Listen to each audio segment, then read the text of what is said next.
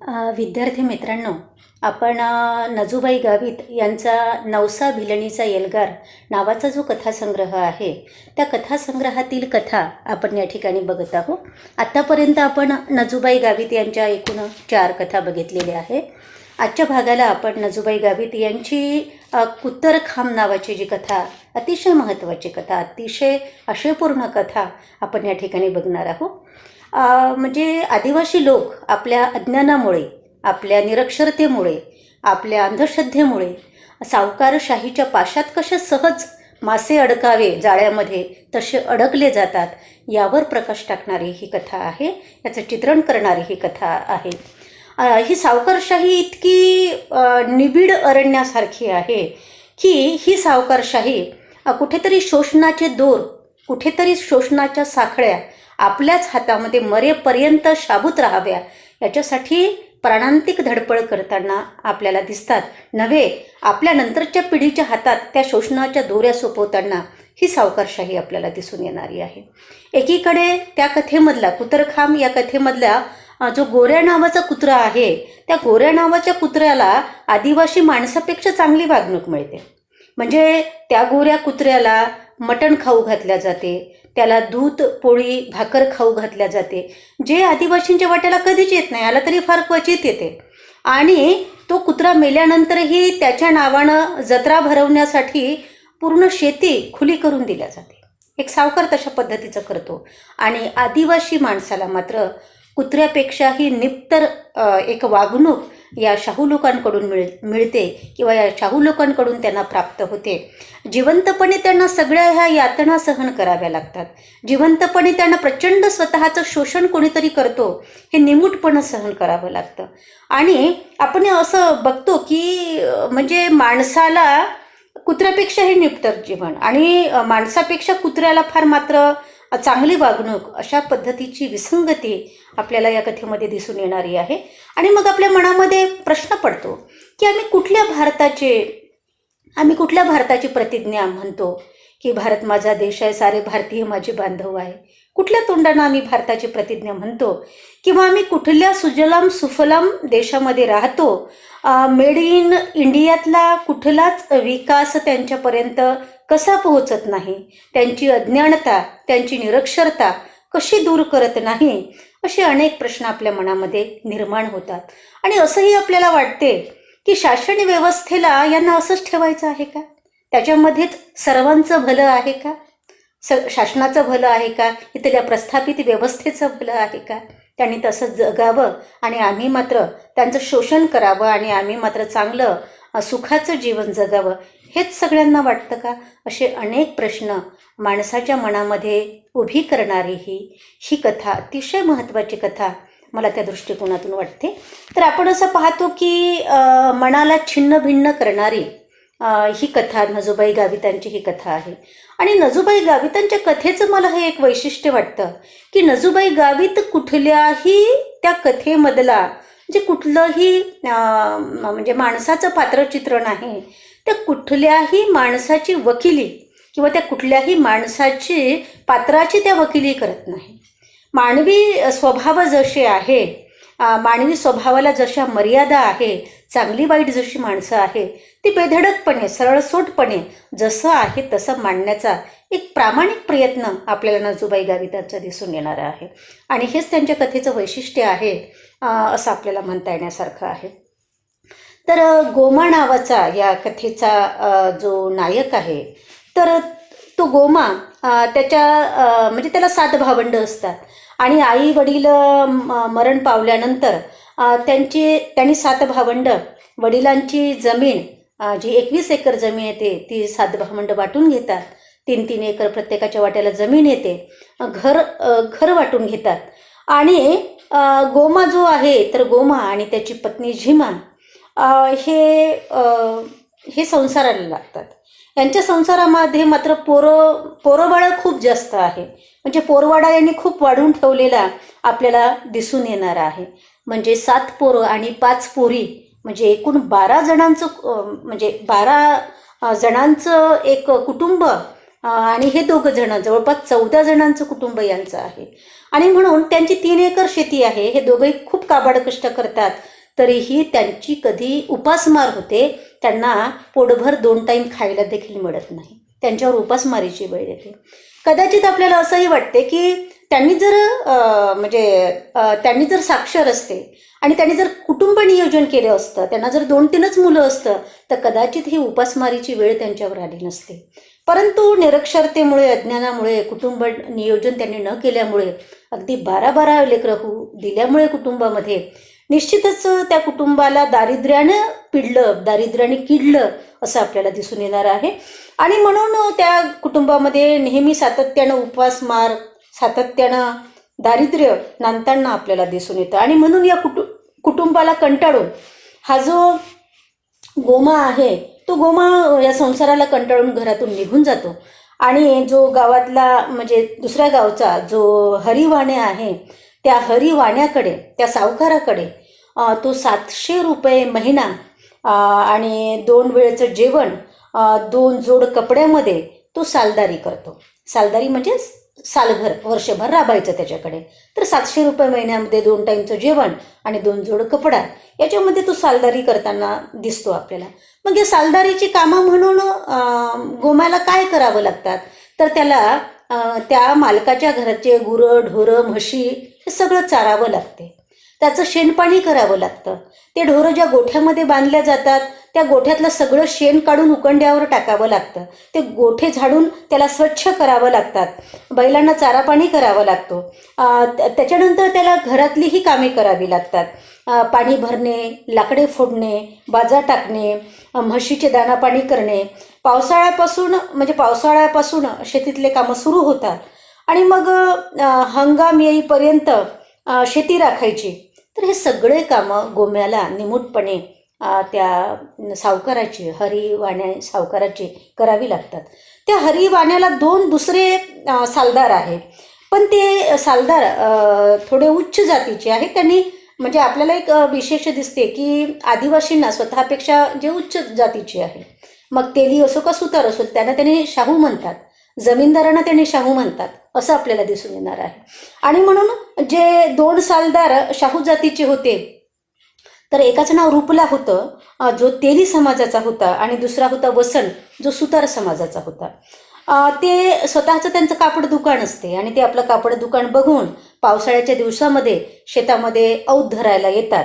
आणि हरीबरोबर हे दोघंजणं जे रुपला आहे आणि वसन आहे, ते हरी या सावकाराबरोबर खेडोखेडी जे काही या हरीची वसुली आहे, ती वसुली करण्यासाठी खेड्यावर ते हरीसोबत जात असतात. आणि म्हणून कामाचा एक सर्व भार या गोमावर आपल्याला पडताना दिसून येतो. हरी वसुलीसाठी जात असताना रिकामी बैलगाडी घेऊन जातो आणि येताना मात्र त्या रिकाम्या बैलगाडीमध्ये ठासून गच्च भरून धान्याची पोती आणल्या जातात. एवढं म्हणजे तो वसुली करतो. म्हणजे लोकांना जो तो व्याजानं पैसे देतो, जो तो सावकारशाही करतो, तर सावकारशाहीची पिळवणूक, सावकारशाहीची कमाई किती भक्कम असते, याचं चित्रणसुद्धा वेगवेगळ्या प्रसंगाच्या माध्यमातून कथाकारांनी चित्रित केलेलं आपल्याला दिसून येणारी आहे. तर हा जो गोमा आहे तो भिल्ल जमातीचा आहे. रंगाने तो थोडासा उजळ आहे, शरीराने दांडगा आहे. त्याच्याकडून सर्वजण म्हणजे अगदी हरी आणि त्याचे 2 सालदार आहे, वसन आहे आणि रुपला आहे, आता ते अगदी बारीक सारीक कामं त्याच्याकडून करून घेतात. आणि त्याला खायला मात्र शिळं पाळत देतात. त्याला खायला मात्र ताजं कधीच मिळत नाही. शिळं पाकं जे आहे घरातलं ते त्याला खायला देतात. आणि तो अगदी निमूटपणे ते सगळं काही सहन करतो. तो काहीच बोलत नाही. तो काहीच नकार किंवा निषेध व्यक्त करताना आपल्याला दिसत नाही. आणि साल भरले की तो ते 700 रुपये घेतो, कपडे पैसे घेतो आणि तो घरी येतो. त्याची मुलं दारिद्र्यापोटी गुजरातेमध्ये जाऊन कामं करतात त्याची मुलं. आणि त्याच्या मुलासोबत तो आपल्या मुलींना देखील म्हणजे पाठवतो. त्या मुली देखील तिकडेच 2-3 मुलींचे लग्न होते. आणि 2 मुलं नंतर मग येतात. 2 मुलांचे लग्न होते, 3 मुलांचे लग्न होते, 2 मुलांचे लग्न बाकी असते. तर ते सगळेजण गुजरातमधून येतात. आणि बाप असाही ठरवतो की आपण बाकीच्या 2 मुलाशी लग्न करून द्यायचे. आणि मग तो हरी सावकाराकडून जवळपास म्हणजे आपण असं म्हणू की 500 रुपये तो कर्ज घेतो आणि 2 मुलाचे लग्न करायचे आहे आणि त्यांच्या नवरीचे कपडे लत्ते म्हणून अशा पद्धतीचे 4 नवरा नवरीचे कपडे, पोरांसाठी कपडे व 500 रुपये असं कर्ज घेऊन तो मुलाची लग्ने लावतो. याच्यासाठी तो हरिवाण्याकडून कर्ज घेतो. आणि गावामध्ये मात्र जे काही म्हणजे गावामध्ये 2 जमाती राहतात. एक ही भिल्ल जमात आणि दुसरी कोकणी जमात, आदिवासीमधलीच. आता हे जे कोकणी आहे त्यांना भिल्लाच्या हातचं काहीच चालत नाही, ते त्यांच्या हातचं काही खात नाही. आणि म्हणून आपल्या मुलाच्या लग्नामध्ये मात्र कोकणी जे कोकणी आपल्यापेक्षा उच्च जातीचे आहे त्यांनी आपल्या पंक्तीमध्ये जेवावं अशी इच्छा अतिशय सुस्वभावाचा असलेला हा जो गोमा आहे त्याची असते. आणि म्हणून तो त्या कोकणी लोकांना विनंती करतो की तुम्ही काय करा, माझ्या मुलाच्या लग्नामध्ये तुम्हीच स्वयंपाक करा आणि आपण सगळेजण एका पंक्तीत जेवू. ते मान्य करतात आणि नंतर मग डाळ भगरचं जेवण दिलं जातं. त्याच्या दोन्ही मुलाचं लग्न लावून दिलं जातं. त्या मुलांचे लग्न झाल्याबरोबर ते आपल्या बायका घेऊन निघून जातात. मुलीही निघून जातात. त्याच्याजवळ कोणीच राहत नाही. फक्त त्याच्या 2 मुली ज्यांचं लग्न व्हायचं असते तेवढ्याच त्याच्यासोबत राहतात. आणि नंतर मग पुन्हा झिमा आणि आपल्या ज्या 2 मुली आहे यांचा निरोप घेत हा गोमा चालला जातो आपल्या हरिवाण्याकडे कर्ज फेडण्यासाठी, ज्यानं ते कर्ज घेतलेलं असते. आणि त्याचं कर्ज काही फिटत नाही. तो सलग 7 वर्ष आपल्या हरी सावकाराकडे काम करतो, पण त्याचं कर्ज काही फिटत नाही. त्याला नवल वाटते 7 वर्ष निघून गेले तरी आपलं कर्ज कसं काय फिटलं नाही. म्हणजे फक्त व्याज फिटल्या जाते दरवर्षी, मुद्दलाला जशीच्या तशी राहते. तर याला काही शिक्षण नसते आणि याला काही कळत नाही व्यवहारातलं. त्याच्यामुळे जो सावकार सांगेल तेच सत्य मानायचं, ही अशा पद्धतीची ही रीत. त्याच्यामुळे 7 वर्ष काम केल्यानंतर ढोरासारखं तो स्वाभाविक कंटाळून जातो गोमा. आणि एक दिवस म्हणजे त्या हरी पाटलाला न सांगता तो घरी वापस येतो. इकडे जी झिमा आहे ती आपल्या 2 पोरीला घेऊन आपलं शेती आणि घर सांभाळताना आपल्याला दिसते. त्यांच्याकडे एकच बैल असते. ती एक बैल ती गावामध्येच भाड्याने देते आणि त्या भाड्याचा जो पैसा आहे, शेतीचं जे काही थोडंफार उत्पन्न आहे आणि इतरही कष्ट करून ते कसं तरी आपल्या कुटुंबाचा उदरनिर्वाह करताना आपल्याला झिमा दिसून येते. पण झिमा मोठी हुशार आहे. अतिशय म्हणजे जिला काय म्हणू आपल्याला की आपल्या कुटुंबाला चालवण्याचं एक सामर्थ्य, एक कष्टाळू बाई म्हणून झिमा आपल्या नजरेसमोर येणारी आहे. तर तिनं पाळलेला जो कुत्रा आहे त्या कुत्र्याचं पिलूही आता मोठं झालेलं आहे. म्हणजे कुत्र्याचं पिलू आता कुत्रा झालेला आहे असं आपण म्हणू. आणि तर अशा पद्धतीनं तो वापस येतो आणि आपल्या बायकोजवळच कष्ट करून तो जगतो. इकडे हा जो म्हणजे हरी आहे तो गोमाची 2-3 महिने वाट पाहतो. म्हणजे अगदी पावसाळ्याच्या तोंडापर्यंत तो गोमाची वाट पाहतो आणि तो येतच नाही. आणि म्हणून मग तो एक दिवस बैलगाडी घेतो, सोबत रुपला आणि वसनाला या सालगड्यांनाही घेतो आणि तो याच्या गावामध्ये येतो. गोमाच्या घरी डायरेक्ट तो येतो. आणि गोमाच्या घरी आल्याबरोबर तो म्हणतो की काय गोमा, कामावर यायचं की नाही, आणि कर्ज काय तुझा बाप फेडेल का. असं म्हणल्याबरोबर गोमा मात्र लाचारीच्या सुरामध्ये म्हणतो की पाटील, म्हणतो आता वय झालं, मला काम झेपणार नाही. असं तो म्हटल्यानंतर तो अगदी आपल्या सालगड्यांना हुकूम देतो की घुसारे म्हणतो याच्या घरामध्ये, आणि त्याच्या घरामध्ये जेवढं काही असेल तेवढं काढा म्हणतो बाहेर. मग त्याच्या घरामधले तांब्या पितळीचे गुंड, पराती, त्याच्या कोठीमध्ये जे धान्य, कणगीमध्ये त्याच्या जेवढं धान्य असते ते सगळं खरडून अगदी भरल्या जातं. घेऊन जातात, ते सगळं खरडून घेऊन जातात. म्हणजे सावकार हा किती, म्हणजे काय म्हणू आपल्याला की जिवंत माणसाचं टाळूवरचं लोणं खाणारा जसा गिधाड असते तसा हा सावकार आपल्याला दिसून येणार आहे. माणसाचं सारं घरच खरडून, जसा पाऊस नेतो तसं सगळं घरच खरडून नेणारा हा सावकार आपल्याला दिसून येणारा आहे. माणसाचं कुटुंबच उद्ध्वस्त करणारा हा सावकारशाहीचा पाश आपल्याला त्या ठिकाणी किती कठोर आहे, किती कृतघ्न तो पाश आहे हे आपल्याला दिसून येणार आहे. आणि मग झिमाचा अवसान गळल्यासारखंच होते.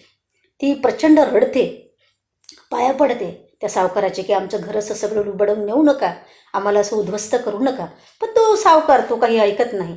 आणि हा मात्र म्हणजे अगदी चुपचाप राहतो, अगदी दाताचं पाणी गुळून राहतो. तो एक शब्दही बोलत नाही. आणि ते गेल्यानंतर मात्र तो अवसान गळल्यासारखा जो त्या वाकळीमध्ये तोंड खुपसतो, तर मग तो असं तोंड बाहेरच काढत नाही. शेवटी नात्यातले लोक येतात, चुलते वगैरे, त्याला समजावतात की बाबा गोमा असं अवसान गाळून चालेल का? झिमा, तू तर बाई फार हिंमतवान बाई आहे. आणि आपल्या घरात धान्य आणून त्याच्या कणगीमध्ये टाकतात, त्याला आधार देण्याचा प्रयत्न करतात. आणि मग पुन्हा ते आपल्या कामाला लागतात. पुन्हा काही दिवसांनी हा हरी पुन्हा येतो आणि त्याच्याकडे म्हणजे 1,000 रुपये तुझ्याकडे आहे, माझे फिरलेले मुद्दल रुपये तुझे 1,000 तुझ्याकडे आहे असं सांगतो. आणि तू त्याला म्हणतो की काय रे गोमा, म्हणतो तू हे पैसे कसे फेडशील, म्हणतो सगळे पैसे हे तू कसे फेडशील, म्हणतो तू एक काम कर, म्हणतो तुझं शेत आपण दोघं मिळून करू, म्हणतो, आणि दोघं मिळून खाऊ, असं तू त्याला म्हणतो. आणि नाहीतर एक कर, म्हणतो तू 500 रुपयामध्ये तुझं हे घर विकून टाक, म्हणतो. हां, आणि 500 रुपयामध्ये घर विकून टाक, आणि मग 500 रुपये जे राहिलेले आहे तर तू आणि मी तुझं शेत करू, म्हणतो, आणि मिळून खाऊ, म्हणतो. तर त्याला असं वाटते की पण आपण या सगळ्या कचाट्यातून सुटू, याच्या कर्जातून सुटू, आणि म्हणून तो आपलं घर विकून टाकतो हरिपाटलाला 500 रुपयामध्ये. पुन्हा ते उघड्यावर येतात. पुन्हा एक काळजावर वार झिमाच्या होते, ते पुन्हा रडते, पुन्हा उदास होते, आणि ते शेती करू म्हणतात. आणि म्हणजे जी गोमाची शेती असते ती शेती करू असं हरिपाटलाने सांगितल्यानंतर तो म्हणतो ठीक आहे, आपण माझी शेती करू. आणि म्हणजे गोमाला वाटतच असते की आपल्या कर्जातून सुटका झाली पाहिजे, आपली कर्जातून मुक्तता झाली पाहिजे, कसंही करून आपली कर्जातून मुक्तता झाली पाहिजे. आणि मग म्हणून आपण या ठिकाणी असं बघतो की गोमाचं जे शेत आहे ते शेत पिवळट असल्याने उडीद आणि भुईमूग हे त्याच्या शेतामध्ये चांगले येणारी असतात. म्हणजे त्याला धार्जिन असणारी शेती, उडीद आणि भुईमुगाला धार्जिन असणारी शेती ही गोमाची शेती असते, असंही आपल्याला म्हणता येण्यासारखं आहे. तर मग तो शेती करतो हरिपाटील त्याची, आणि उडीद पेरतो तो त्याच्या शेतामध्ये. उडीदाला चांगल्या शेंगा झोंबतात, उडीदाच्या शेंगा भरायला लागतात, आणि म्हणून मग गोमा आणि झिमा त्या शेतीची राखणदार करतात, त्या शेतीचं रक्षण करतात. त्यांच्यासोबत त्यांचा कुत्राही असतो, आपला गोऱ्या नावाचा कुत्राही असतो त्यांच्यासोबत, त्या शेतीचं राखण करायला त्यांच्यासोबतच तो राहतो. आणि त्याच दरम्यान हा हरी शेतामध्ये येतो एक दिवस, आणि गोमाचा अंगठा एका कागदावर घेतो. तर गोमा तर असं काही विचारूच शकत नाही की बाबा या कागदावर काय लिहून आहे, तू माझा अंगठा घेतो, हे तो विचारतही नाही. फक्त त्याला तो असं सांगतो की तुझ्या नावावर पीक पाणी करायचे, म्हणून हा अंगठा घेत आहो. आणि तो आनंदाने तो अंगठा देतो. त्याला असं वाटते की बाबा आपल्यालाही या शेतातला हिस्सा मिळेल, आपल्यालाही आपल्या कष्टाचा हिस्सा मिळेल, म्हणून तो आनंदानं त्या हरीला अंगठा देतो.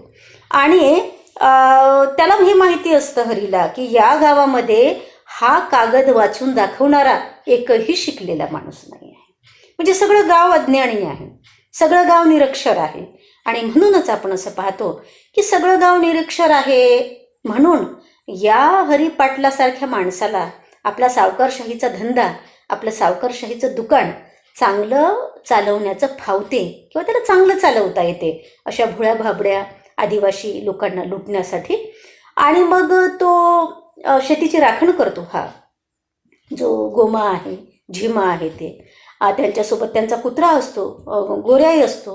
हा कुत्रा फार एक माणसासारखं वर्णन त्या कुत्र्याचं देखील करण्यात आलेलं आहे. इतका महत्त्वाचा प्राणी, माणसापेक्षाही महत्त्वाचा प्राणी वेळप्रसंगी हा कुत्रा आहे.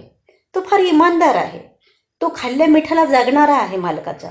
आणि म्हणून हा कुत्रा सोनेरी रंगाचा हा कुत्रा आहे. त्याचं तोंड सोनेरी रंगाचा, त्याचं शरीर पूर्ण सोनेरी रंगाचं आहे, आणि तोंड मात्र त्याचं काळं आहे. त्याचे कान उभे आहे, डोळे हिरवेगार आहे, त्याचे दात पांढरे शुभ्र सफेद आहे, त्याचं झुपकेदार शेपूट आहे, तो असा उंच आहे, आणि ठेंगण्या पायाचा, मोठा चतुर व शेतीचे माणसाचे रक्षण करणारा हा गोऱ्या नावाचा कुत्रा आहे, असं त्या गोऱ्याचं चित्रण कथाकारांनी केलेलं आपल्याला दिसून येणार आहे. पुढे उडीद वाळतो शेतातला, आणि हरीचे सालदार येतात ते उडीदच्या शेंगा वाळल्यानंतर उडीद काढायसाठी. आणि मग उडद्याच्या शेंगा सगळ्या तोडल्या जातात, त्या शेंगांना सुकवल्या जातं आणि बैलाने ते शेंगा सोंगून घेतल्या जातात, म्हणजे बैलाने पाती धरल्या जातात त्याच्यावर. तर तो बैलाने सोंगून सुद्धा घेतो. हा जो काही म्हणजे हे आहे, गोमा आहे आणि झिमा आहे, हे दोघंही जण प्रचंड कष्टाळू आहे. त्याच्यामुळे सहज ते उडीद सोंगून सुद्धा घेतात. तर याला नवल वाटते की बैल धरून पात लावते म्हणजे सोंगाईचं काम करते झिमा, गोमाची बायको. याचं नवल दोघाही सालदार, जे हरीचे सालदार आहेत, रुपला आणि वसंत, त्यांना फार नवल वाटते. आणि गोमा त्यांना म्हणतो की बाबा, माझी बायको बैलगाडी सुद्धा चालवते, सुद्धा झोपते, वावर नांगरून सुद्धा घेते. म्हणजे त्यांनी जेव्हा चर्चा करतात की यांच्या बायका किती आरकाट असतात कामाला. आपल्या बायका तर घरातल्या इतक्या नाजूक असतात, त्यांना घरचेही कामं होत नाही. यांच्या बायकांच्या बरोबरीला आपल्या बायका काही टिकत नाही कामाला. अशी चर्चा केल्यावर तो म्हणतो, अरे माझी बायको बैलगाडी सुद्धा चालवते, सुद्धा झुंपते आणि वावर नांगरून सुद्धा काढते. म्हणजे याच्यावरून आपल्याला कळते की आदिवासी स्त्रिया किती कष्टाळू असतात, आदिवासी स्त्रिया कामासाठी किती घाग असतात, काटक असतात.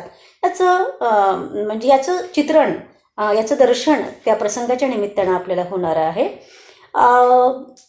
आपण असं बघतो की जी गोमाची बायको असते झिमा, ती प्रचंड हुशार असते. तिला कळते की आपण माणसं कशी आहे, आपण कशा पद्धतीनं आपलं घरामध्ये, आपल्या शेतामध्ये कष्ट केले पाहिजे. पण बरेचदा दारिद्र्यासमोर, निरक्षरतेसमोर तिचं काही चालत नाही. पण जेवढं कळते तिला, तेवढं ती हुशारीनं करताना आपल्याला दिसून येते. आणि म्हणून रुपला आणि वसंतीच्या बाबतीत असं म्हणतात की गोम्याची बायको खूप हुशार आहे, असं म्हणतात ते. आणि ती माणसासारखं काम करते, असंही ते तिची स्तुती करतात. आणि नंतर मग उडीद असा काढला जातो, पाखडल्या जाते, उडद्याला स्वच्छ केल्या जाते. आणि त्या उडद्याच्या राशीची पूजा करताना आपल्याला गोमा आणि झिमा दिसून येते. रात्रभर ते त्याने त्या उडद्याच्या राशीचं जतन करतात, शेतामध्येच राहतात ते. आणि दुसऱ्या दिवशी बैलगाडी घेऊन आपल्याला हा हरी पाटील शेतामध्ये येताना दिसतो. तो त्या उडदाचा एवढा मोठा ढीग पाहून त्याचं मन बदलतं हरी पाटलाचं. त्याच्या मनामध्ये कपट येतं, हाव सुटते त्याच्या मनाला की आपण याच्यातले उडीद अर्धे याला कसे काय द्यायचे, या गोमाला कसे काय द्यायचे. आणि म्हणून गोमाकडून तो नांगर निंदणाचा सगळा खर्च काढतो.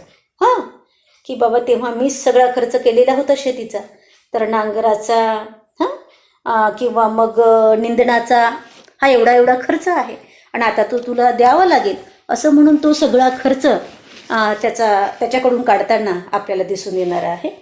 आणि मग हे सगळं काही काढून वगैरे घेतल्यानंतर त्याच्या पदरात काय पडते, तर 2-3 चंपा कुठेतरी उडीद पडतात. मग तो काय करतो की आपलं माप घेऊन येतो. वाण्याचं माप माहीत असते, म्हणजे सावकाराचं माप सावकारशाहीसारखंच कटौती करणारं असते, सावकारशाहीसारखंच लुबाडणारं वाण्याचं माप असते. आणि म्हणून तो आपलं माप घेऊन येतो आणि आपल्या मापानं 2-3 चंपे उडीद तो याच्या पदरात टाकतो, गोम्याच्या पदरात टाकतो. आणि एकदम ते 2-3च चंपे उडीद बघून झिमाला अतिशय वाईट वाटतं. तिला वाटते आम्ही कधीपासून कष्ट करत आहोत, याचं राखण करत आहोत. अगदी उडीदाच्या शेंगा धरल्यापासून तर म्हणजे उडीद बाहेर येईपर्यंत सगळी मेहनत आम्ही केली आणि वाट्याला काय आलं, 2-3 चंपा उडीद आले. काय फायदा, काय आमच्या कष्टाला पुरलं. तसं म्हणत तर शेत आमचंच आणि आमच्याच शेतामध्ये आम्ही राबायचं आणि कुठेतरी 2-3 पायल्या किंवा 2-3 चंपे आम्ही धान्य घ्यायचं, हे काही तिला पटत नाही. तिच्या मनाला प्रचंड यातना होतं या सगळ्या गोष्टीच्या. आणि हे सगळं तो देतो आणि एवढं करूनही त्याला हरी सावकार असं म्हणतो की गोम्या म्हणतो तुझ्याकडे पुन्हा 15 रुपये फिरले, एवढं करून सगळं तर देतो का म्हणतो आत्ताच. तो म्हणतो, काय म्हणतो शेठ, शेत आमचं तुम्ही करता, घर आमचं तुम्ही लुबाडून नेता, आणि एवढं सगळं करूनही म्हणतो आम्हाला 2-3 चंपे तुम्ही उडीद देऊन वाटी लावलं आणि वरून असं म्हणता की पैसे ते 15 रुपये आता तुझ्याकडे आहेत, माझ्याकडे तर काहीच नाही आहे म्हणतो, तर सगळं तुम्ही घेतलं. असं करा म्हणतो, तो कुत्रा घेऊन जा म्हणतो, 15 रुपये तर नाही आहे, त्याला खरंच वाटतं, तो त्याचा कुत्रा घेऊन जातो आणि आपल्या गाडीला बांधतो. तो कुत्रा इतका प्रामाणिक असतो, तो या झिमाजवळ या गोमाजवळ राहिलेला असतो आत्तापर्यंत लेकरासारखं. त्याला आपल्या अंगावरचं करून ठेवलेलं असते गोमा आणि झिमाने. तो कुत्रा काही जायला तयारच होत नाही, बिलकुल. तो दोर मागे धुरू ओढतो, त्या दोराला आपल्या दाताने तोडण्याचा प्रयत्न करतो, मागे वळून पाहतो गोमाकडे आणि झिमाकडे केविलवाल्या नजरेने, आणि तो तुटून यायला बाहेर वापस जोर करतो. पण तरी जबरदस्तीनं गोमा त्या कुत्र्याला गोऱ्याला आपल्या घरी आपल्या वाड्यावर घेऊन जातात आणि त्याला साखळदंडाने हा हरी बांधून ठेवतो आपल्या घरी. साखळदंडाने बांधून ठेवला तरीही तो साखळदंड तोडून पळायला जोर करतो. 2-3 दिवस हा गोऱ्या अन्नाला तोंड लावत नाही. खाली मुंडकं घालून तो म्हणजे अश्रू गाळत राहतो, त्याच्या डोळ्यातून अश्रू गळत राहतात. त्याला प्रचंड जणू काही आपल्या मालकाची, जो काही गोमा झिमा आहे, यांची आठवण येत असावी.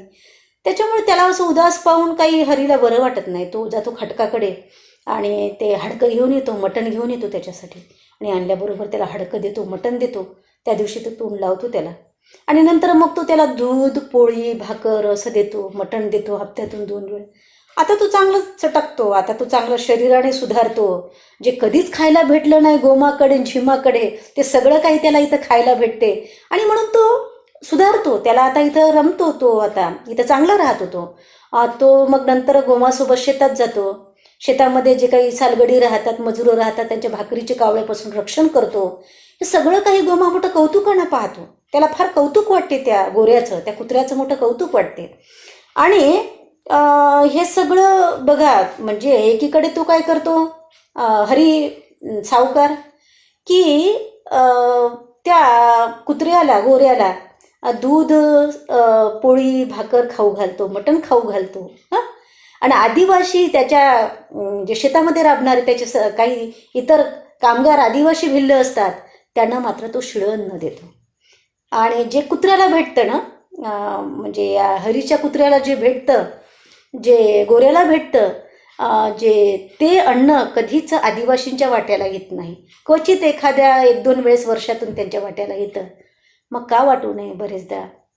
म्हणजे एका कवितेमध्ये माधव सरकुंडे असं म्हणतात, मी कुत्रा झालो असतो तर बरं झालं असतं, मला चांगलं खायला तरी भेटलं असतं, मटण खायला भेटलं असतं, दूध प्यायला भेटलं असतं, मालकाच्या फियाट गाडीमधून फिरायला भेटलं असतं, लेकाचं मी कुत्रा असतो तर बरं झालं असतं.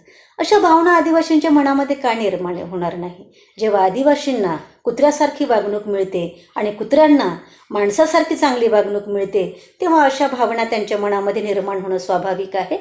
आणि मग हे सगळं काही हे चित्रण त्या कथानकाच्या रूपामध्ये, त्या कथेमध्ये आपल्याला चित्रित होताना दिसतं. आणि म्हणून हे सगळं काम, जो गोऱ्याचं काम आहे, तो मोठ्या कौतुकानं पाहताना आपल्याला हा हरी पाटील दिसून येतो. आणि एक दिवस काय होतं, की या हरी पाटलाच्या घरामध्ये रात्रीला चोर येतात, आणि चोराची चाहूल आल्याबरोबर हा इतका भुंकायला लागतो, त्याच्यावर जोरजोरानं भुंकायला लागतो. मालकाच्या दरवाज्याला जाऊन ते हातानं तोडतो. मालक बाहेर येतो आणि अगदी म्हणजे तो चोरांना पळवून लावतो हा हरी. म्हणजे एवढा तो हरी झुलार असतो, त्याला मोठं कौतुक वाटतं की बाबा चोराला पळवून लावलं या गोऱ्यानं, म्हणजे हा गोऱ्या काही साधासुद्धा नाही आहे. आणि दुसऱ्या दिवशी पुन्हा चोर येतात, पण मध्यरात्रीला येतात, जेव्हा गाव साखर झोपेत झोपलेलं असते तेव्हा ते येतात. आणि हा पुन्हा भुंकायला लागतो त्याच्यावर. हा जो गोऱ्या असतो, हा जो कुत्रा असतो, तो त्या चोरांवर पुन्हा भुंकायला लागतो. आणि ते काय करतात, त्याला अगदी दगडानं ठेचून मारतात ते चोर. त्याला हरीला आपल्या याला गोऱ्याला ते मारून टाकतात, कुत्र्याला मारून टाकतात. आणि नंतर मग त्या हरी सावकाराचं घर लुटताना ते चोर आपल्याला दिसून येतात. सकाळी उठतो हा हरी पाटील, आंघोळ बिंघोळ करतो, आणि त्याला एकदम तो आपला गोऱ्या मरण पावलेला दिसतो. त्याला प्रचंड प्रचंड वाईट वाटतं. म्हणजे एखाद्या माणसाच्या मरणावर जेवढं रडावं, तेवढं तो कुत्रा मरण पावल्यावर रडतो. आणि नवीन कापड आणतो तो बाजारात जाऊन, आणि नवीन कापडामध्ये त्या कुत्र्याला गुंडाळतो आणि गाडीत टाकतो, बैलगाडीत टाकतो, आणि अगदी गोमाच्या घरी घेऊन येतो तो. गोम्याच्या घरी गाडीत टाकून घेऊन येतो. गोम्या आपल्या घरीच ते सुपली टोपल्या वगैरे करत असतो तो. आणि त्याला पाहिल्याबरोबर तो रडतो आणि म्हणतो की गोमा भाऊ, म्हणतो गोऱ्याला चोरांनी मारून टाकलं, आता तुम्ही त्याला जमीन पुरा म्हणतो आणि तुमच्याकडचं माझं कर्ज फिटलं असं तो सांगतो. उलट तुम्ही काय करा, हे 200 रुपये घ्या, म्हणजे याच्या गोऱ्याची जी मयत कराल तर त्याच्या खर्चा पाण्याला 200 रुपये घ्या असं तो म्हणतो आणि तो निघून जातो.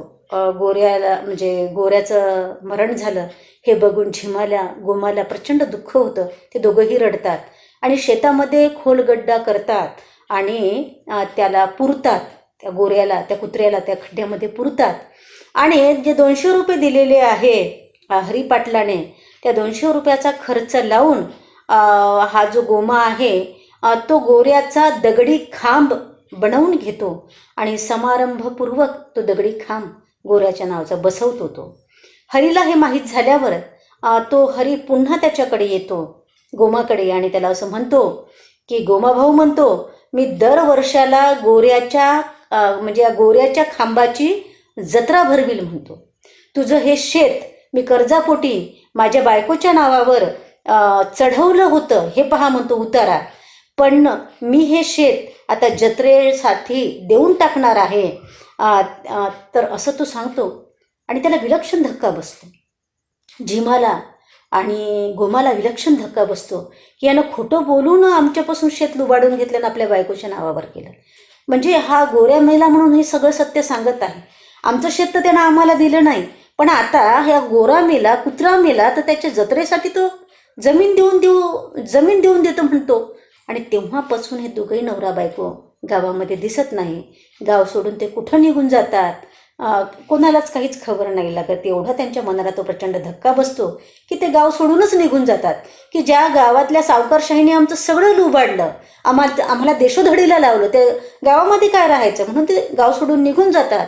आणि तेव्हापासून दरवर्षी त्या गावात गोऱ्याच्या नावानं, त्या गोऱ्या कुत्र्याच्या नावानं जत्रा भरते.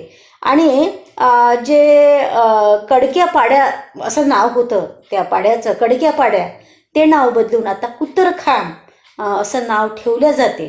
तर अशा पद्धतीची ही कथा एकंदरीत आहे. मनाला सुन्न करणारी ही कथा आहे. सावकारशाहीच्या पाशामध्ये अडकलेला हा जो भिल्ल आदिवासी समाज आहे त्याचं शोषण किती विदारक पातळीवर होतं, किती भीषण पातळीवर होतं, याचं चित्रण करणारी, म्हणजे अगदी वास्तव रूपामध्ये त्याचं चित्रण करणारी नजूबाई गावितांची ही कथा मानवी मनाला खिन्न करणारी आहे असं आपल्याला म्हणावं लागेल. त्यानंतरची अतिशय महत्त्वाची कथा ती म्हणजे भुताळ्या नावाची कथा आहे.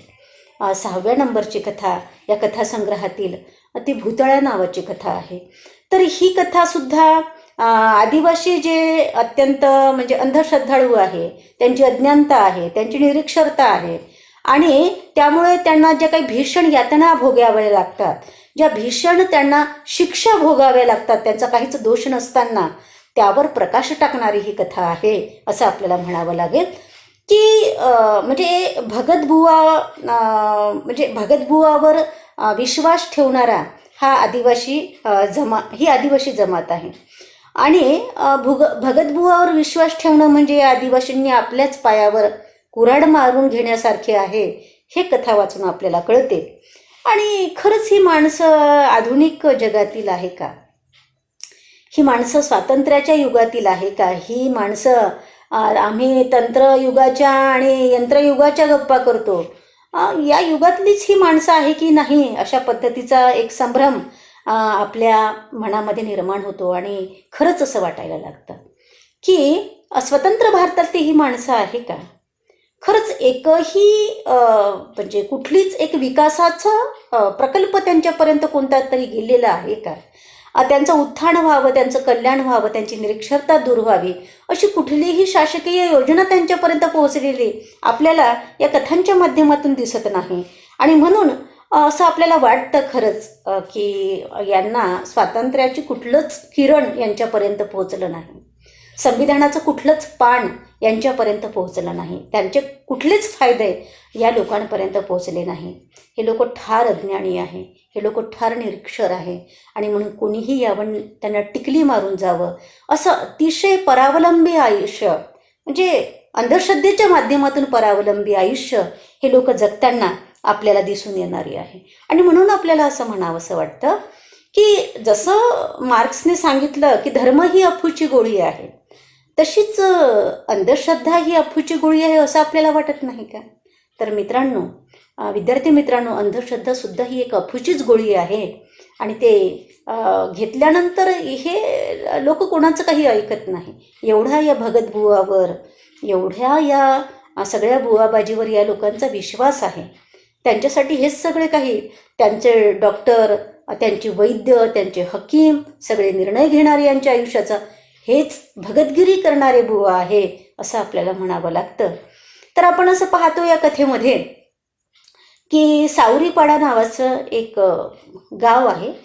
भिल्ल आदिवासींची जवळपास तिथे 10-12 घरं आहे. 10-12 घराचं पाडे म्हणजे सावरीपाडा हे असं एक गाव आहे. त्या गावामध्ये हा जो दाजी आहे त्याची बायको मायंदी आहे.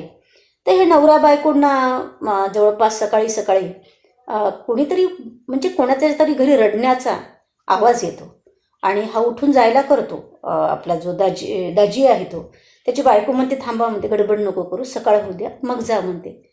तर त्याचं मन बेचैन होते की बा कोणाच्या घरातल्या रडण्याचा आवाज येत आहे. आणि मग तिला सकाळी ती उठते मायंदी आणि खरंच तिला भेसूर अशा एका बाईच्या रडण्याचा अगदी आवाज येतो आणि ती नवऱ्याला उठवते आणि म्हणते की जा, कोणाच्या घरून रडण्याचा आवाज येत आहे तर जा म्हणते, तुम्ही तपास करा म्हणते की कोणाच्या घरून रडण्याचा हा आवाज येत आहे. आणि तो जाऊन बघतो तर त्याला असं दिसते की हा जो भिका आहे आणि त्याची बायको जी नायजा आहे, तर यांच्या गोठ्यामध्ये त्याचे 2 बैल मरून पडलेले असतात. आणि बैल मरून पडले, गोठ्यातले एवढे धाडधिप्पाड बैल मरून पडले म्हणून त्याची बायको नायजा आणि तो भिका खटखट डोक्याला हाणून आक्रोश करीत असतात, छाती बडवून रडत असतात ते. आणि बैलाच्या अवस्थेकडे बघून दाजी ही भुताळ्याची करामत आहे असं भिकाला म्हणतो. भिक्या कपाळाला हात लावून बसलेला असतो आणि तो असं म्हणतो की तू एवढा भित्रा आहे असं मला कधी वाटलं नाही. डोक्याला हात लावून काय बसला म्हणतो, चल उठ म्हणतो, आपल्याला भक्ताकडे जायचं असं तो त्याला सांगतो. आणि तो म्हणतो की कोण असेल बा, आपलं 10-12च जणांचं आदिवासीचं पाडं आहे, कोण असेल असं म्हणजे भूताटकी करणारा, असं काहीतरी करणारा. तो म्हणतो की सांगता येत नाही, आपण काय करू, तू इथं बसून वेळ घालवू नको म्हणतो, आपण मंगळ्या भक्ताकडे जाऊ असं म्हणतो. आणि गावामध्ये दवंडी पिटवायला सांगतो तो की म्हणजे गावातल्या सगळ्या माणसांनी, पुरुषांनी आपापल्या भाकरी बांधायच्या हां आणि भिक्याच्या घरी जमा व्हायचं. तर हा जो दाजी असतो तो त्या 10-12 जे काही घरं असतात आदिवासीचे त्याचा तो कारभारी असतो. आणि भिकासुद्धा चांगला म्हणजे त्यांचे 5-7 वावरं असतात. गुराढोरांनी, गाईंनी गोठे भरलेले असतात. घरी दूध, तूप, दही सगळं म्हणजे आलबेल असते. खाऊन पिऊन चांगले गब्बर असतात, हे चांगले सुखी असतात असं आपल्याला दिसून येणार आहे. आणि तो घरी येऊन बायकोला असं म्हणतो दाजी की तो म्हणतो की माझ्या धोत्राच्या पदराला भाकर बांधून दे मायंदी, ती चापक्याची काठी आण, भगत काय शोधून काढतो आणि काय नाही, या काठीने सगळ्या बायांना नेसण्यात झोडपून मुतवतो, ध्यानात असू दे मायंजी असं म्हणून तो बायकोला सांगतो. बायको त्याला शिदोरी बिदोरी भाकऱ्या बांधून देते. आणि दाजी तो जे मृत बैल 2 गोठ्यामध्ये पडलेले असतात त्यांच्या अंगावरून तो जे उडदाचे दाणे आहे त्यांच्या अंगावरून तो असे उतारतो आणि भिक्याच्या पदराला बांधून तो दाणे घेतो. आणि मृत बैल मात्र पुरायचे नाही, आम्ही येऊपर्यंत तसेच राहू द्या, याचा निपटाराच काढू, यांना मारणारे कोण आहे, मग आपण यांना, या बैलांना आपण जमिनीत पुरू असं सांगून जातो हा दाजी. आणि सगळे गावातले जे 10-12 म्हणजे कुटुंबातले जी माणसं आहे ती सगळी माणसं मंगळ्या भक्ताकडे जायला निघालेले आपल्याला दिसून येणारे आहे. सर्वजण डांग भागामध्ये जो अतिशय म्हणजे डांग परिसरामध्ये, डांग भागामध्ये जो अतिशय नावाजलेला आहे मंगळ्या भगत, की ज्या मंगळ्या भगतला पोलीस घाबरतात. हां, त्या मंगळ्या भगताच्या घरी हे सगळेजण जातात. हा मंगळ्या भगत काळाभोर डांगी माणूस, त्याचं नाक नक्ट आहे, गाल फुगरे आहे, तो शरीरानं फुगलेला आहे, दोन्ही खांद्यावर डोक्याचे केस त्याचे लोंबकळत आहे, त्याचे मोठे मोठे डोळे कांबळीवर दाणे पाहत तो बसलेला आपल्याला दिसून येणार आहे. त्याच्यासमोर बरीच माणसं बसून आहे. दूरदूरपर्यंत म्हणजे दूरदूरवरून माणसं त्याच्याकडे येतात आणि असे अंधभक्त जोपर्यंत आहे तोपर्यंत या भगतबुवाला आणि या बाबाबुवांना काही कमी नसते, कारण आम्हीच त्यांना पोसलेलं मोठं केलेलं त्यांना असतं. आणि मग हे असे अनेक लोक तिथे जमलेले असतात. दाजी म्हणतो की आधी आमचे पहा, आम्ही खूप दुरून आलो, हां, सावरपाड्याहून आम्ही आलो, जाता जाता आम्हाला अंधार होईल. तो म्हणतो थांबा, गडबड करू नका, तुम्ही किती दुरून आले, इथं दुसऱ्या राज्यातून माणसं आले. हां, मला अगदी 3 दिवसापासून मला जेवायला फुरसत नाही, एवढं मी कामात आहो, आधी त्यांना निपटू दे, मग तुमचं पाहतो, बसा जराशी, गडबड करू नका. आणि मग जे लोक आधीचे बसलेले होतो त्यांना तो निपटतो आणि मग तो असं म्हणतो की सावरीपाड्याचे लोक कोणते, दाखवा तुमचे दाणे द्या इकडं. आणि ते दाणे त्याच्या हाती दिले जातात. दाजी मंगळ्याला असं म्हणतो भगत, चांगला छेडा लावा, हां, चोर लपवू नका, माझी बायको भुतळी निघाली ना तर मी तिची गय करणार नाही. आणि या भिकाचा तर हातच मोडला म्हणतो, त्याचे 2 बैल मरण पावले म्हणतो. असं तो सांगतो सगळी हकीकत. हा जो मंगळ्या भगत आहे तो मोठमोठ्यानं बडबडतो आणि त्याच्या हातामध्ये ते उडदाचे दाणे चाळवू लागतो. तो असं म्हणतो की जे बैल मारणारे आहे ते मोगर विद्यावाले आहे म्हणतो, ते भुताळे मोगर विद्या त्यांनी शिकलेली आहे असं तो सांगतो. ही विद्या सोडली की गाय बैल माणूस वाचत नाही, आणि चला मी तुमच्या गावालाच येतो म्हणतो. आणि मग ही मोगर विद्या कशी आहे, कशी चालवली कोण हे पाहतो म्हणतो. तर मग हे सगळेजण होकार भरतात की ठीक आहे, मंगळूबाबा तुम्हीच चला आमच्या गावामध्ये. आणि सगळेजण त्या सावरीपाड्याच्या परतीच्या वाटेला लागतात.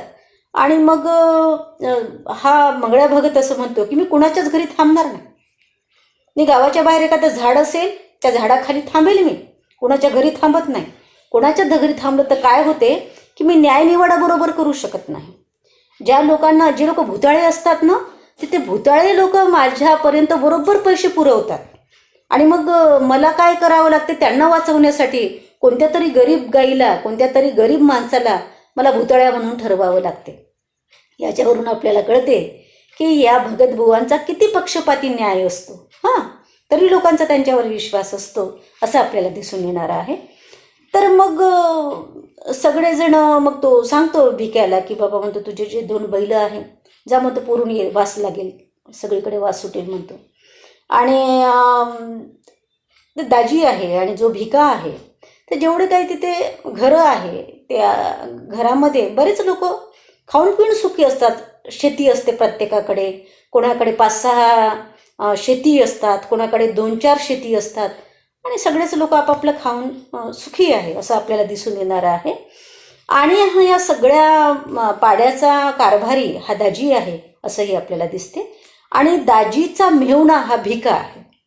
आणि दोघी बहिणी, एक भिकाला दिलेली आहे आणि एक दाजीला दिलेली आहे, दोघी सख्या बहिणी, त्याच्यामुळे तो सख्या त्याचा मेहुणा आहे.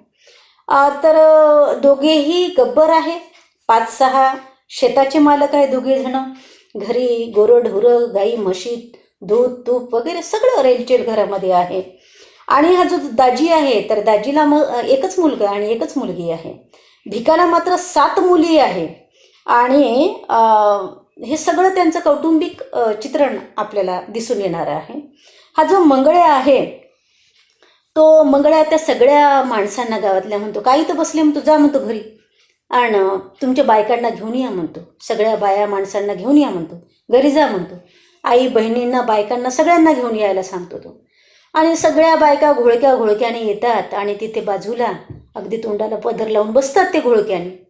आणि मग मंगळ्या भगत डोळे मिटून देवदेवतांचे नावं घेऊन ते दाणे सर्व दिशांना फेकतो आणि म्हणतो सगळ्यांना उद्देशून, तो असं म्हणतो की आता एका एकाने माझ्याजवळ बसायचं आणि मी देईल तो उडदाचा दाणा पाणी भरलेल्या तांब्यात सोडून जागेवर जाऊन बसायचं, असं तो सगळ्यांना उद्देशून म्हणतो.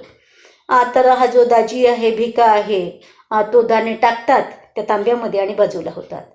नंतर त्या मंगळ्या भक्ताच्या मागेच शिड्या बसलेला असतो. तो शिड्या असं म्हणतो की दाणे चांगले तपासून घ्या म्हणतो, चोराला लपवू नका म्हणतो. त्या मंगळ्या भक्ताला तो म्हणतो. असं म्हणल्याबरोबर त्या मंगळ्या भक्ताला खूपच राग येतो. तो डायरेक्ट ठोसाच मारतो त्याच्या डोळ्यावर की त्याचा डोळा उघडतच नाही, इतका जोराचा तो ठोसा त्याच्या डोळ्यावर बसलेला असतो.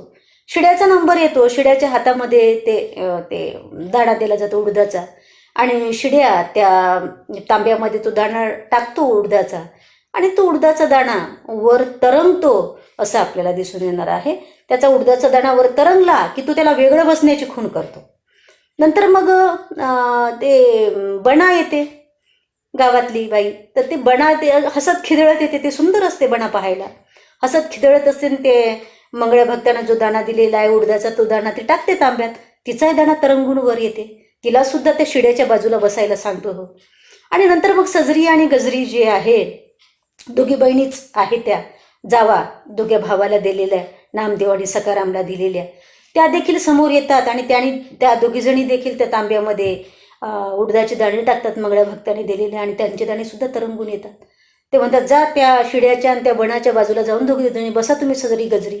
ते जाऊन बसतात त्या. आणि बघा विद्यार्थी मित्रांनो, एक लक्षात घ्या तुम्ही की हे उडदाचे जे दाणे आहे, ते उडदाचे दाणे म्हणजे ते तांब्यात टाकायला जो मंगळ्या भगत सांगतो, तर ज्यांचे दाणे तरंगले ते जणू भुताळे आहे, आणि ज्यांचे दाणे खाली बसले ते चांगली माणसं आहे. म्हणजे लक्षात घ्या, प्रयोगही करून पहा तुम्ही घरी, की आपण घरी आपल्याला उसळ बिसळ करायची असते. बरबटीची उसळ, मटकीची उसळ, मुगाची उसळ. आपण काय करतो, ते उसळ करण्यासाठी, मोड येण्यासाठी आधी आपण त्याला भिजवतो.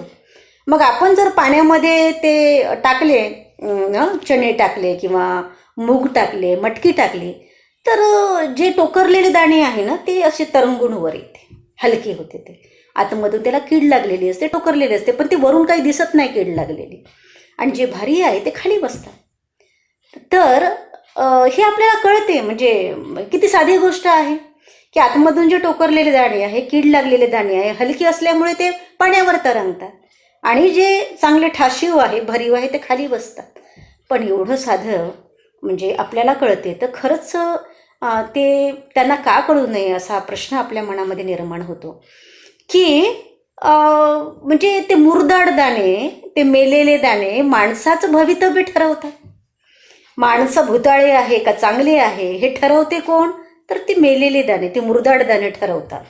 चांगले दाणे खाली बसलेली चांगली माणसं, आणि जे दाणे तरंगले ती वाईट माणसं, ती भुताळी माणसं. असं मुरदाड दाणे माणसाचं भवितव्य ठरवताना आपल्याला त्या कथेमध्ये दिसून येणार आहे. आणि मग हा जो मंगळ्या दाजी आहे तो असं म्हणतो, तो म्हणतो, कारभारी हे बघा, तुमचे चोर मी उघड पाडले म्हणतो, हां, आणि गुढीचं काम संपलं म्हणतो.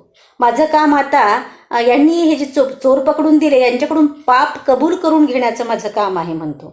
आणि हे जर त्यांनी पटकन आपलं पाप कबूल केलं असं म्हणतो, तर मग आपण पुढच्या कामाला लागू असं सांगतो तो. आणि हे जे काही दाजी आहे, तो दाजी गजरी आणि सजरी आणि गजरी आहे, यांचे जे नवरी आहे सजरी गजरीचे, नामदेव आणि सकाराम, आणि बनाचा नवरा जो गोयंदा आहे, यांना तो असं सांगतो की बायकांचा भोगवटा तुम्हाला भरावं लागेल, आणि भिक्याच्या बैलाचा खर्च, जे 2 मेलेले त्याचे बैल आहे त्याचा खर्च देखील तुम्हाला द्यावा लागेल, आणि भक्ताचा खर्च द्यावा लागेल. हे सगळं भरून द्यायला तुम्ही जबाबदार आहे असं म्हणतो. ते सगळं मान्य करतात. ठीक आहे बाबा, आम्ही आता जबाबदार आहे, आमच्यावर आलंच आता ते संकट, ठीक आहे आम्ही करतो ते सगळं. शिड्या देखील सगळं करतो, म्हणजे कबूल करतो तो. ठीक आहे म्हणतो, मी देतो सगळं. तर तो म्हणतो तुम्ही सगळं द्याल, पण जादूटोणाचं काय? तुम्ही गावावर जादूटोणा केला, लोकांचे बैल मारले, त्याचं काय म्हणतो? आणि मग मंगळ्या त्यांना असं म्हणतो की दोरखंड, काठ्या, मिरच्या तयार ठेवा. सगळं कबलत नाही तोपर्यंत या 4 जणांना चिंचेच्या झाडाला डोळ्यात तिखटाचे पाटे बांधून उलटे पाय करून कबलेपर्यंत झोडपा, असं तो सगळ्यांना सांगतो. आणि सगळे गावातले म्हणजे लोक एकत्र जमतात, बाया माणसं वगैरे सगळं. एवढंच नाही, आजूबाजूचे जे खेडे आहे, आजूबाजूचे जे पाडे आहे, तिथूनही माणसं बाया यांना पाहण्यासाठी येतात. मंगळ्या भक्ताचा न्याय पाहण्यासाठी येतात. हे विद्या म्हणजे अशा पद्धतीने भुतळ्या असलेल्या बाया आहे, माणसं आहे, हे कसे आहे यांना पाहण्यासाठी त्यांनी आलेले असतात. आणि मग त्यांच्या अंगावरचे म्हणजे बणा आहे, सजरी गजरी आहे, यांच्या अंगावरचे चांगले कपडे काढून घेतल्या जाते. त्यांना फाटके कपडे घालायला दिले जाते. त्यांच्या अंगावरचे दागदागिनेसुद्धा काढून बाजूला ठेवण्यात येते. मंगळ्या त्यांना मारण्यासाठी दगडा म्हणजे काय म्हणू आपण त्याला, कापडामध्ये दगड बांधतो आणि त्याचं चाबूक तयार करतो. आजूबाजूच्या गावातले लोक मटामटा पाहतात, त्यांना फार भीती वाटते. म्हणतो की ह्या बाया तर किती चांगल्या होत्या, सजरी गजरी बाया. हां, कोणालाही प्रेमानं भाकर वाढायच्या, कोणाचीही मायेनं चौकशी करायच्या म्हणतो. आणि अशा कशा बा भुतळ्या आहे म्हणतो हे. पण आता का माहीत म्हणतो भुतळ्या आहे की काय. मंगळ्याबुवानं तर सिद्ध केलं असं तो म्हणतो, पण त्यांना नवल वाटायला लागते. आणि मग तो सांगतो की यांना उलटं चिंचेच्या झाडाला लटकावं म्हणतो. ताणून त्यांना उलटं चिंचेच्या झाडाला लटकवलं जातं. आणि तिखटाचे पाटे म्हणजे टोपलंभर तिखट आणलं जातं. त्या तिखटाचे पाटे करतात, म्हणजे मोठमोठ्या कापडामध्ये ते तिखटाचे पाटे बांधतात आणि ते तिखटाचे पाटे त्यांच्या डोळ्याला बांधतात.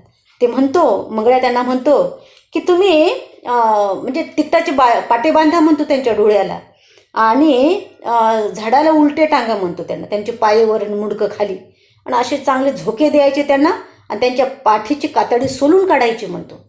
त्यांच्याजवळ जाऊन त्या बायाजवळ म्हणजे एका फांदीला चिंचेच्या बनाला आणि शिड्याला लटकवलं जातं उलटं, आणि एका म्हणजे त्या झाडाच्या फांदीला सजरी आणि गजरीला उलटं बांधलं जातं. त्यांच्याजवळ जाऊन हा मंगळ्या म्हणतो की तुम्ही लवकर पापाची कबुली द्या म्हणतो, नाहीतर दिवस उगवेपर्यंत तुम्हाला मार खावा लागेल म्हणतो. तुम्ही काय काय केलं आत्तापर्यंत, गावाचं नुकसान काय काय केलं याची कबुली द्या म्हणतो, आणि तुम्ही कबुली दिल्याशिवाय तुमची सुटका होणार नाही असं म्हणतो. आणि सगळ्यांना उद्देशून तो मंगळ्या असं म्हणतो की उठा रे म्हणतो सगळेजण, काय बसले म्हणतो. हां, एकामागे दोघं जण दोन्ही बाजूंनी झोका देऊन मारा म्हणतो. पहिले थकले की दुसरे तयार राहा म्हणतो. आळीपाळीने सगळेच मारा म्हणतो, कोणाचाच हात रिकामा ठेवू नका असं तो सगळ्यांना सांगतो. सगळे पुरुष त्यांच्यावर गिधाडासारखे टपून बसलेले असतात मारायसाठी. बाहेरच्या गावातून जे माणसं आलेली असतात, जे लोक आलेले असतात, त्यांना देखील मंगळ्या त्यांना देखील मारायला सांगतो. तो म्हणतो तुम्ही पुरुषासारखे पुरुष हातात काय बांगड्या भरल्या का, चला म्हणतो भिडा यांच्यावर, मारा चांगलं म्हणतो, हेच संधी आहे तुम्हाला. सगळेजण अगदी त्यांना प्रचंड मारतात, पण तरीही ते कोणतीच त्यांची कबुली देत नाही, त्यांनी कोणतीच तोंडातून कबुली देत नाही. तो म्हणतो काय जुलार बाया आहे म्हणतो, एवढं मारा लागलो म्हणतो, सकाळ होतं येत आहे म्हणतो, पण तोंडातून आपल्या गुन्ह्याची कबुली देत नाही म्हणतो. एवढ्या बेशरम बाया मी पाहिल्या नाही म्हणतो, एवढ्या बेशरम भुताळ्या मी पाहिल्या नाही म्हणतो. आणि मग काय करतो, शेवटी हा जो मंगळ्या भगत आहे तो एरंड्याचा सोटा घेतो हातामध्ये, आणि तो म्हणतो आता मी एरंड्याच्या या सोट्याने एकीला लंबच करतो म्हणतो. आणि मग एरंड्याच्या सोट्याने तो बायकांच्या पाठीवर तडातड हाणतो. ते हाणल्याबरोबर त्या जीवाची आग होऊन प्रचंड चिरकतात, बोंबलतात. आणि मग त्या काय करतात तर मग कबुली देतात. त्या असं फोडून काढल्यावर मग शिड्या बणा सजरी गजरी सगळे कबुली देतात. आणि हा जो काही बनाचा म्हणजे भिका जो आहे तो बनाचा सख्खा भाऊ आहे, आणि त्याला म्हणजे जो भिका आहे त्याला सातपुरी आहे. ती मग कबुली देते, बना कबुली देते. कबुली देताना ती असं म्हणते की माझा सख्खा भाऊ भिका आहे म्हणते, त्याला सातपोरी आहे म्हणते, आणि मला 4 पोरं आहे म्हणते. त्यानं बाहेरची पोरं आणून जवाई केली म्हणते आपले, काऊन म्हणते मायापोरी त्याला दिसल्या नाही का म्हणते. हां, मायापोरी त्याला म्हणजे मायापोरी दिसल्या नाही का म्हणते, त्याला सुना करून घ्यावं म्हणून. त्याला सातपुरी आहे म्हणते, त्यानं जवाई बाहेरचे केले म्हणते, आणि माझे पोरं त्याला जवाई करून घ्यायला दिसले नाही का म्हणते, म्हणून मी त्याच्या 2 पोरी रंडक्या केल्या असं म्हणते, आणि त्याचे 2 बैल मारले म्हणते. त्याला माझी दया आली नाही म्हणते, मी भिकारीण म्हणून त्यानं माझी कदर केली नाही म्हणते, आणि माझ्या वाट्याला खडकाळ जमीन दिली म्हणते. आपण चांगल्या चांगल्या जमिनी घेऊन घेतल्या म्हणते, आणि एक खडकाळ जमिनीचा तुकडा माझ्या वाट्याला देऊन दिला म्हणते. तर असा ती सांगते त्याची कर्मकहाणी. म्हणून मी याची 2 पोरी रंडिका केल्या म्हणते, याची बैल मारली म्हणते. भोगवटा काय आहे म्हणते तुझा, असा विचारतो मंगळ्या भगत तिला. ती म्हणते, मी मोगर विद्येने महिषासूर उठवला आहे म्हणतोय, त्याला मेंढराचा भोग द्यावा लागेल, असं बना सांगते सगळं. त्याच्यानंतर मग सजरी गजरीला मंगळा भगत विचारतो की तुम्ही बाई तुमची कोणती विद्या आहे? तर ती म्हणते आमची साखर विद्या आहे म्हणते. मंगळी म्हणजे सजरी गजरी म्हणते आम्ही काही बनाच्या म्हणजे बनाची जी विद्या आहे ती काही विद्या आमची नाही आहे म्हणते. आमची विद्या जी आहे म्हणते ती साखर विद्या आहे म्हणते. आणि एकदा ती गावात सोडली ना म्हणते तर गावात बायदा माजतो म्हणते, गोंधळ माजतो म्हणते, माणसं पटापटा मरतात म्हणते. आणि ती विद्या बकऱ्याचा भोग दिला की शांत होऊन जाते म्हणते ती विद्या. शिड्या जो राहतो तर त्या शिड्याची सारटी विद्या राहते. ती सारटी विद्या अशी असते की ती गावात सोडली की गावभरचं धान्य त्याच्या घरात जाते. हां, आणि गावचे लोक भिकेला लागतात, ते कंगाल होतात आणि याच्या घरी आपोआप ते धान्य चालून येते. अशा पद्धतीची ती त्याची सारटी विद्या असते. आणि त्याचा भोग मेंढा बकरा असतो. हे सगळेजण कबूल करतात, त्यांचे भोग सांगतात. तर हे सगळं म्हणजे याच्यावर विश्वास ठेवला जातो. हे सगळं अगदी 100% सत्य समजलं जातं हे. आणि मग त्या देवाला तो भोग देऊन शांत केला जातो. बकरा, बोकड, मेंढा कापला जातो. त्या देवाची पूजा केली जाते. त्या मटणाचा मुंडकं पाय त्याला दिले जाते. काळीज भाजून त्या देवाला दिल्या जाते. आणि उर्वरित मग जे काही बोकडे मेंढरे आहे ते भाजून त्याचं मटण केलं जाते, प्रत्येकाला वाटा दिला जातो. आणि जे काही राहिलेलं आहे ते राहिलेल्याचं ते शिजवलं जातं. सगळे मिळून भंडारा केल्यासारखे, पंगत केल्यासारखे ते सगळे मिळून एकत्र जेवण करतात. आणि मग भिका मंगळ्या भगत म्हणतो की आता मला जाऊ द्या म्हणतो, आता सगळे निस्तरलं म्हणतो तुमचं, आता मला माझा दाम द्या असं तो म्हणतो. त्यांना दाम द्या म्हटल्याबरोबर हा जो दाजी आहे, भिका आहे, एकमेकांकडे पाहून ते खुणेने इशारा करतात. आणि दाजी त्याच्या हातामध्ये नोटा सरकवतो. या मंगळ्या भक्ताच्या हातामध्ये दाजी नोटा सरकवतो. आणि हे सगळ्यांचे लपून बरं का, म्हणजे बाकीच्या कोणाच्याच नजरेला न येऊ देता दाजी मंगळ्या भक्ताच्या हातामध्ये नोटा सरकवतो. तर इकडे जे सजरी आहे, गजरी आहे, बना, शिड्या आहे, यांना सगळ्यांना गावातून हाकलून दिलं जातं. त्यांना गाव सोडून जायला सांगतात. आता हे जे गजरी सजरी आहे यांचे नवरे जे आहे नामदेव सकाराम आहे, ते सुद्धा त्यांचे सुद्धा 5-6 वावरं आहे, ते सुद्धा चांगले खाऊन पिऊन सुखी आहे. पण ते बायकोंना प्रचंड भांडतात, तुमच्यामुळे आमची इज्जत गेली गावातनी, कुठंच तोंड दाखवायचे आम्ही योग्यतेचे राहिलो नाही, कुठून शिकल्या तुम्ही विद्या, तुमच्या मायबापान तुम्हाला कशा काय हे विद्या शिकवल्या, म्हणून तो आपापल्या बायकांना प्रचंड भांडतात. आणि आता कुठं जावं असं तो म्हणतो. आणि त्यांना रात्रभरातूनच काढून टाकतात म्हणजे गावाच्या बाहेर. तेवढ्या रात्री त्यांनी घराला कुलपं लावतात, आपलं जे घर आहे तिथं. आणि नातलग जिथे आहे आजूबाजूच्या ठिकाणी जे त्यांचे नातलग आहे त्या नातलगांच्या गावाचा आधार घेऊन गाड्या बांधून ते चालले जातात. शिरट्या, बना आणि गोविंदा ते दुसरीकडे चालले जातात. आणि नामदेव सकाराम आपल्या बायकांना कुटुंबाला घेऊन ते आपल्या नातलगाच्या गावाला जातात. आणि नातलगाच्या गावाला गेल्यानंतर नातलग त्यांना अतिशय साथ देतात. त्यांचे ढोरं बुजाडतात नवीन गावामध्ये. तर ते म्हणतात नवीन गाव आहे, ढोरं बुजाडणार आहे, घाबरू नको म्हणतात, आम्ही 2 दिवसात तुमचं घर उभं करून देतो म्हणतात. आणि त्यांना सांगतात की असं कसं म्हणतात, कोणाला भुतळ्या कोणी ठरवू शकतं असं म्हणतो तो असं म्हणतो की त्या गावामध्ये दाजीला भिकायलाच मोठं व्हायचं होतं म्हणतो, त्या गावावर राज्य करायचं होतं म्हणतो. आणि म्हणून तुमचा त्रास होत होता, तुम्ही त्यांच्यापेक्षा प्रगती करू नये म्हणून तुम्हाला गावातून हाकलून दिलं म्हणतो. आणि एवढी साधी गोष्ट तुमच्या लक्षात राजेहो कशी काय आली नाही म्हणतो. तर पोलिसं नेऊन आपण त्यांचा छडा घेऊ म्हणतो. पण तो म्हणतो जाऊ दे बाबा, या काही फंदात पडायचं नाही आपल्याला. तो म्हणतो की तुम्ही काही काळजी करू नका म्हणतो त्याचे नातेवाईक, आम्ही तुमचं सगळं, तुमचे धान्य, तुमचे गुरं ढोरं, तुमच्या घरावरचे कवेलं सगळं या ठिकाणी या गावामध्ये आणून देऊ आणि तुम्हाला घर 2 दिवसात तयार करून देऊ म्हणतो. त्यांना नातेवाईकाचा तेवढाच फार मोठा आधार मिळतो. आणि नंतर मग बैलगाडीने त्यांचे नातेवाईक हे धान्य, गुरं ढोरं, गाई, घरातलं धान्य सामान बैलगाडीने आणून देतात.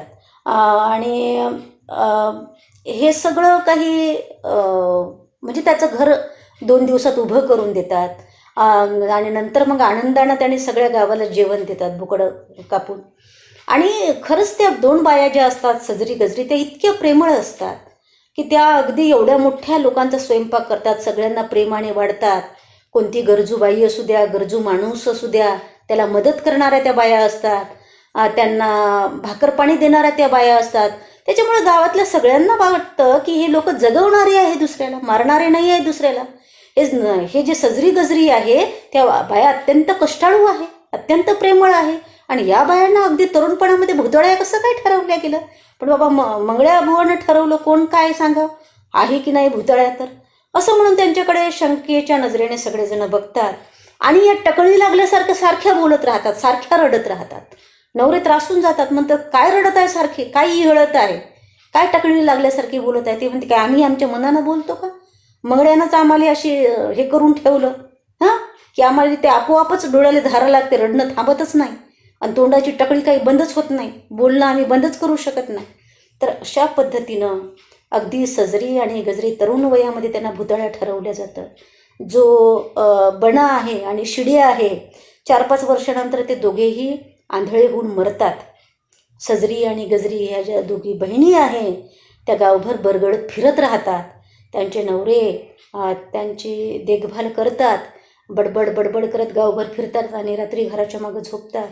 त्यांचे दोघांचे नवरे त्यांची देखभाल करतात, ते काही लग्न करत नाही. बायकोचंच मात्र बर्बाद होणं त्यांना पाहत राहावं लागते.